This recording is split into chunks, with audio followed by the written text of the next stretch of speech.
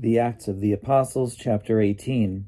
After this, Paul left Athens and went to Corinth. There he found a Jew named Aquila from Pontus, who had recently come from Italy with his wife Priscilla, because Claudius had ordered all Jews to leave Rome.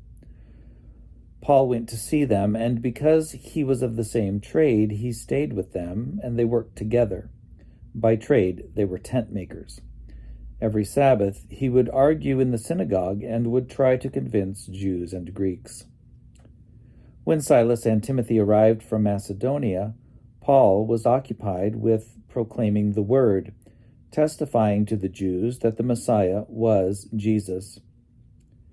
When they opposed and reviled him in protest, he shook the dust from his clothes and said to them, "Your blood be on your own heads. I am innocent. From now on I will go to the Gentiles." Then he left the synagogue and went to the house of a man named Titius Justus, a worshipper of God. His house was next door to the synagogue. Crispus, the official of the synagogue, became a believer in the Lord, together with all his household, and many of the Corinthians who heard Paul became believers and were baptized. One night the Lord said to Paul in a vision, "Do not be afraid, but speak and do not be silent. For I am with you, and no one will lay a hand on you to harm you, for there are many in this city who are my people." He stayed there 1 year and 6 months, teaching the word of God among them.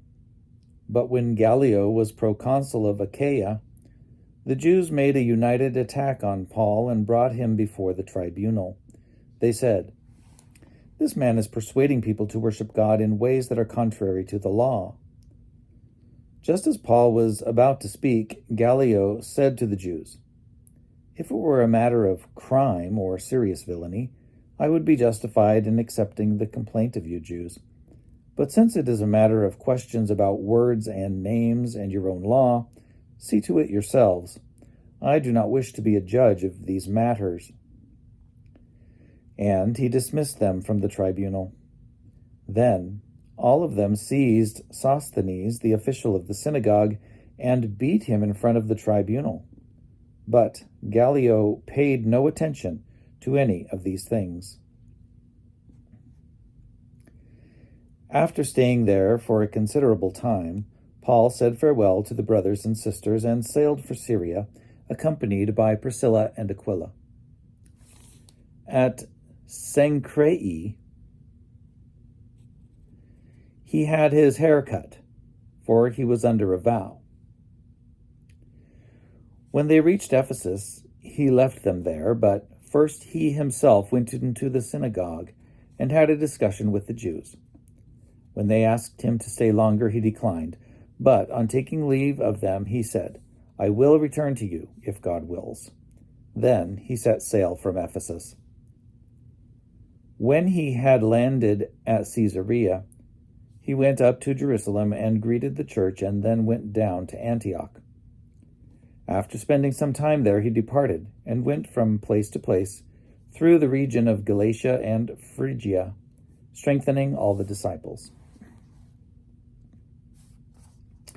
Now there came to Ephesus a Jew named Apollos from Alexandria.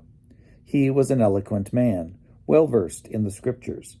He had been instructed in the way of the Lord, and he spoke with burning enthusiasm and taught accurately the things concerning Jesus, though he knew only the baptism of John.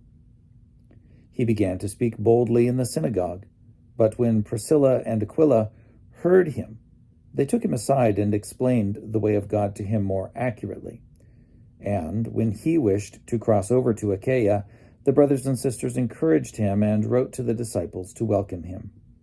On his arrival, he greatly helped those who, through grace, had become believers, for he powerfully refuted the Jews in public, showing by the Scriptures that the Messiah is Jesus.